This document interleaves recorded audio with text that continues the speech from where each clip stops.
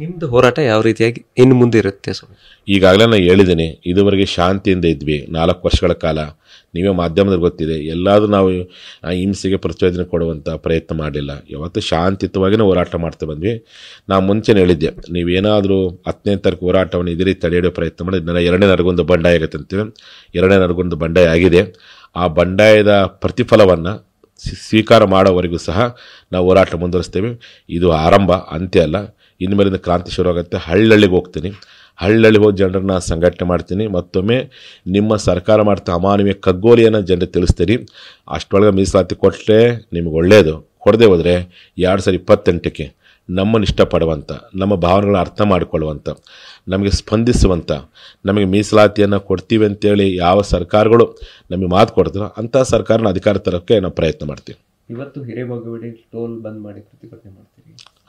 ಸೋಮವಾರದಿಂದ ಮತ್ತೆ ಸೋಮವಾರದಿಂದ ಈ ಘಟನೆ ಖಂಡಿಸಿ ಮುಖ್ಯಮಂತ್ರಿಗಳು ಕ್ಷಮಾಪಣೆ ಕೇಳೋವರೆಗೂ, FIR ವಿತ್ಡ್ರಾ ಮಾಡೋವರೆಗೂ, ಆ ಅಧಿಕಾರಿಗಳನ್ನ ಸಸ್ಪೆಂಡ್ ಮಾಡೋವರೆಗೂ ನಾನು ಸುವರ್ಣಸೌಧದ ಅಕ್ಕಪಕ್ಕದಲ್ಲಿ ಧರಣಿ ಸತ್ಯಾಗ್ರಹ ಮಾಡ್ತೀನಿ. ಈ ಎಲ್ಲ ವಿಚಾರದ ಬಗ್ಗೆ ಈಗ ಸಾಕಷ್ಟು ಜನ ಸ್ವಾಮೀಜಿಗಳು ಕೂಡ ಖಂಡನೆ ವ್ಯಕ್ತಪಡಿಸ್ತಾ ಇದ್ದಾರೆ.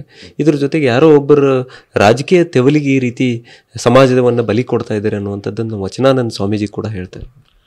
ನೋಡ್ರಿ, ಅವ್ರ ಬಗ್ಗೆ ನಾನು ಹೇಳಕ್ಕೆ ಹೋಗಲ್ಲ. ಅವರಿಗೆ ಈ ಹೋರಾಟಕ್ಕೆ ಯಾವುದೂ ಸಂಬಂಧ ಇಲ್ಲ. ಅವ್ರು ಈ ರೀತಿ ಇಂಥ ಸಂದರ್ಭದಲ್ಲಿ ನಕಾರಾತ್ಮಕವಾದಂಥ ಹೇಳಿಕೆಗಳನ್ನು ಕೊಡಬಾರ್ದು. ಗುರುಗಳಾದಂಥವ್ರು 1000 ಭಿನ್ನಾಭಿಪ್ರಾಯ ಇರಲಿ, ಹೋರಾಟವನ್ನು ದಿಕ್ಕು ತಪ್ಪಿಸುವಂಥ ಹೇಳಿಕೆ ಕೊಡಬಾರ್ದು. ಈ ಚಳವಳಿಗೂ ಅವ್ರಿಗೆ ಯಾವುದೂ ಸಂಬಂಧ ಇಲ್ಲ. ಅವ್ರ ಬಗ್ಗೆ ಮಾತಾಡಿದ್ರೆ ಎಲ್ಲೇ ಒಂದು ಕಡೆ ನಮಗೆ ಅಗೌರವ ಕೊಟ್ಟಂಗಾಗತ್ತೆ. ನಾನು ಏನು ಮಾತಾಡ್ಕೋಗಲ್ಲ. ನಾವಿದ್ದಾಗ ಶಾಂತಿಯುತವಾಗಿ ಹೋರಾಟ ಮಾಡ್ತಿದ್ವಿ.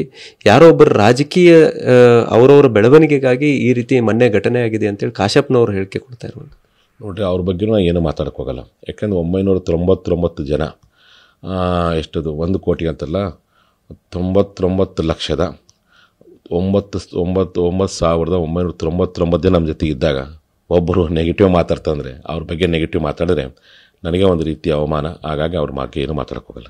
ಹೋರಾಟ ಮಾತ್ರ ನಿರಂತರ ನಿರಂತರ.